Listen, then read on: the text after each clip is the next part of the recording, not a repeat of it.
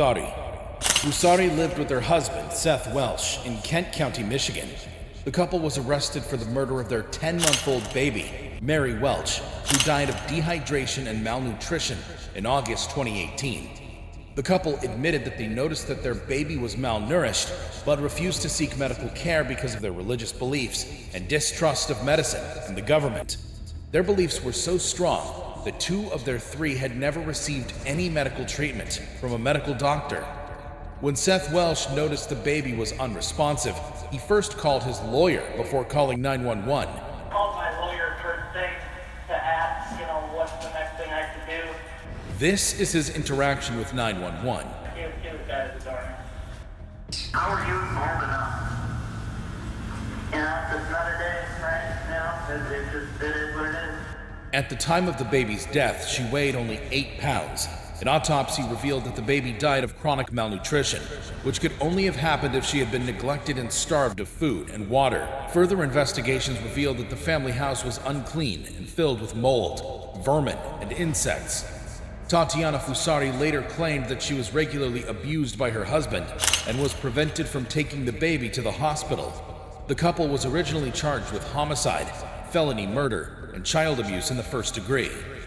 This was the couple's reaction to Judge Paul J. Dennefeld's sentence to life imprisonment. That is a charge called homicide, felony murder. It is life without parole. The second offense that you're both charged with is called child abuse in the first degree, where they're alleging you knowingly or intentionally caused serious physical harm to a child. They're talking about this Mary Welch. It is a felony, possible penalty of up to life imprisonment or any term of years less than life. They also received additional 15 to 30 years for the first-degree child abuse charge. This is Diana Jean Lovejoy. Diana was a sports coach and fitness instructor who lived with her husband in Carlsbad, California. The couple was married for 7 years before they split. Following a messy divorce and a bitter custody battle, the judge ordered that they should share custody of their son, who was only 3 years at the time. The judge also ordered that she pay her husband, Greg Mulvihill, $120,000 for a stake in their house. 45-year-old Diana didn't like these court orders. She hatched a plan with her 50-year-old boyfriend, Weldon McDavid Jr., an ex-Marine and School of Infantry instructor. She met at the gun range where she was taking shooting lessons. Diana convinced McDavid that Greg, her ex-husband, was abusing her and molesting their child. They conspired to kill Greg and formulated a plan involving luring Greg out to a dark, isolated area. Their plan worked, and McDavid shot Greg in the torso. Luckily, the bullet missed his heart and he survived. During the trial, both conspirators denied that they set out to kill Greg. You guys are trying to accuse me of... No, we're not. Dude, well, yes, you are. Well, Despite the evidence presented by the prosecution, which suggests that McDavid was hired as a hitman, McDavid insisted that he didn't mean to shoot Greg. He claimed that as an expert gunman, if he intended to kill Greg, he could have easily killed him. When Diana was allowed to address the court, she expressed pain that people agreed that she was capable of hiring an assassin to kill her ex-husband. Some people in this world seem to think that I would have it in me to do this. Diana and McDavid were charged with conspiracy to commit murder and attempted murder. However, McDavid received an extra charge of intentionally discharging a firearm with intent to inflict great bodily injury. Diana was sentenced to 26 years to life by Superior Court Judge Sim von Kalinowski, while McDavid was handed 50 years to life for pulling the trigger. This is how Diana reacted when she heard the verdict was guilty. She was stretchered out of the courtroom and revived. While Diana did get 50 years behind bars, which resulted in her literally fainting in court, it still does not compare to the most shocking reaction ever in court by Erica Butts and Shanita Cunningham.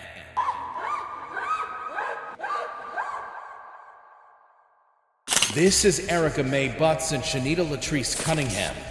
The South Carolina women were in court for the murder of a 3-year-old girl, Serenity Richardson, in November 2009. Serenity visited Erica, her godmother and mother's best friend.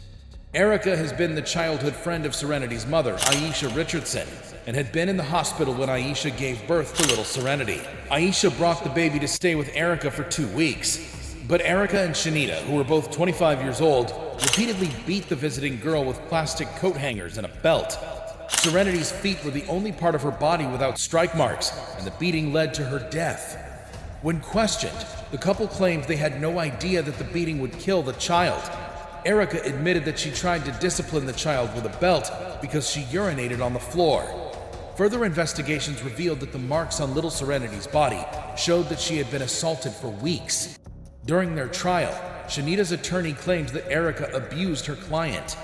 However, Erica's lawyer insisted that Shanita was the aggressive and controlling partner. They were both charged with homicide and child abuse and sentenced to life imprisonment.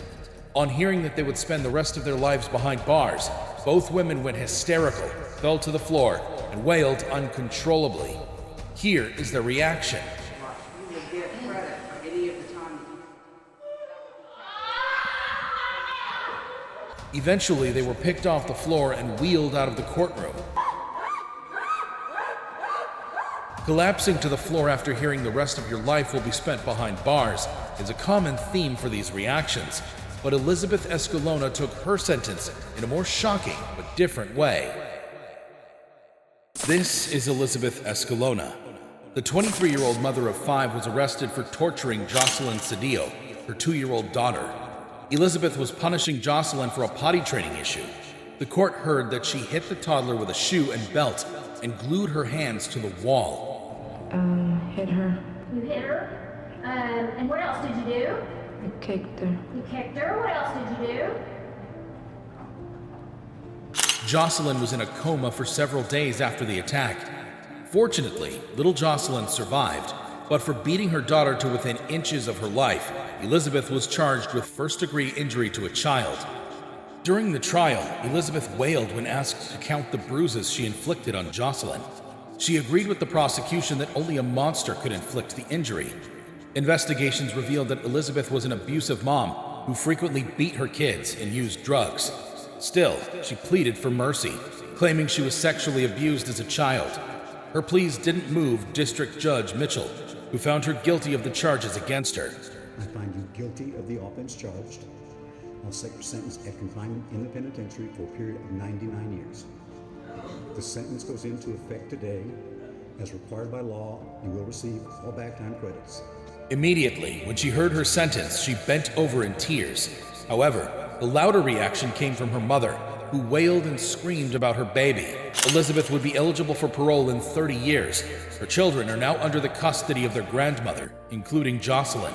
Fainting, crying, or being left in a state of disbelief is expected. But how about becoming engulfed in rage and anger? Did you take the decision to pile the bodies on top of each other in the freezer? What do you mean? Why did you do that? Well, I only had one deep freezer. We take the decision to pile the bodies on top of each other. This is Michelle Blair. The 35-year-old mother of 4 is in court for the murder of 2 of her children. In 2015, Blair was served an eviction notice for not paying her rent. She always asked friends and family for cash and could not keep a job. She stopped calling when they advised her to get a job. Diana didn't heed their advice, and on the morning of March 2015, a team from the district court began removing her property from the house. What they discovered next shocked the team and shook the community. In her living room was a deep freezer containing a teenage girl's frozen body covered in a plastic bag. The team quickly contacted the police. When they arrived, they discovered yet another body of a boy in the freezer. The police began searching for her. It wasn't long before she was found in a neighbor's apartment with her 2 kids, aged 17 and 8. She was quickly arrested after brief questioning. The bodies were sent to a morgue, thawed, and an autopsy was performed. The autopsy confirmed the bodies to be those of 9-year-old Stephen Gage Berry and 13-year-old Stoney Ann Blair, 2 of Blair's children who were reported missing. The report also revealed that the bodies had been in the freezer for more than a year. Blair was charged with first-degree premeditated murder. At the Wayne County Circuit Court, Blair confessed to the murder of her 2 kids, but insisted that she wasn't sorry for them and would kill them again. She told me how she used to sit on his face, and he said, Mom, it stinks real bad. And she was, you know what I'm saying? Fuck that. Yes, I did. Then she said that almost a year after her ordeal with Stephen, she discovered that Stoney was raping her son and killed her too. I would kill him again. During her sentencing and custody hearing, Blair was irate, frequently made outbursts, and interrupted the attorneys, insisting that they were lying. She pleaded guilty to 2 counts of first-degree premeditated murder and was sentenced to life imprisonment. These reactions are nothing compared to how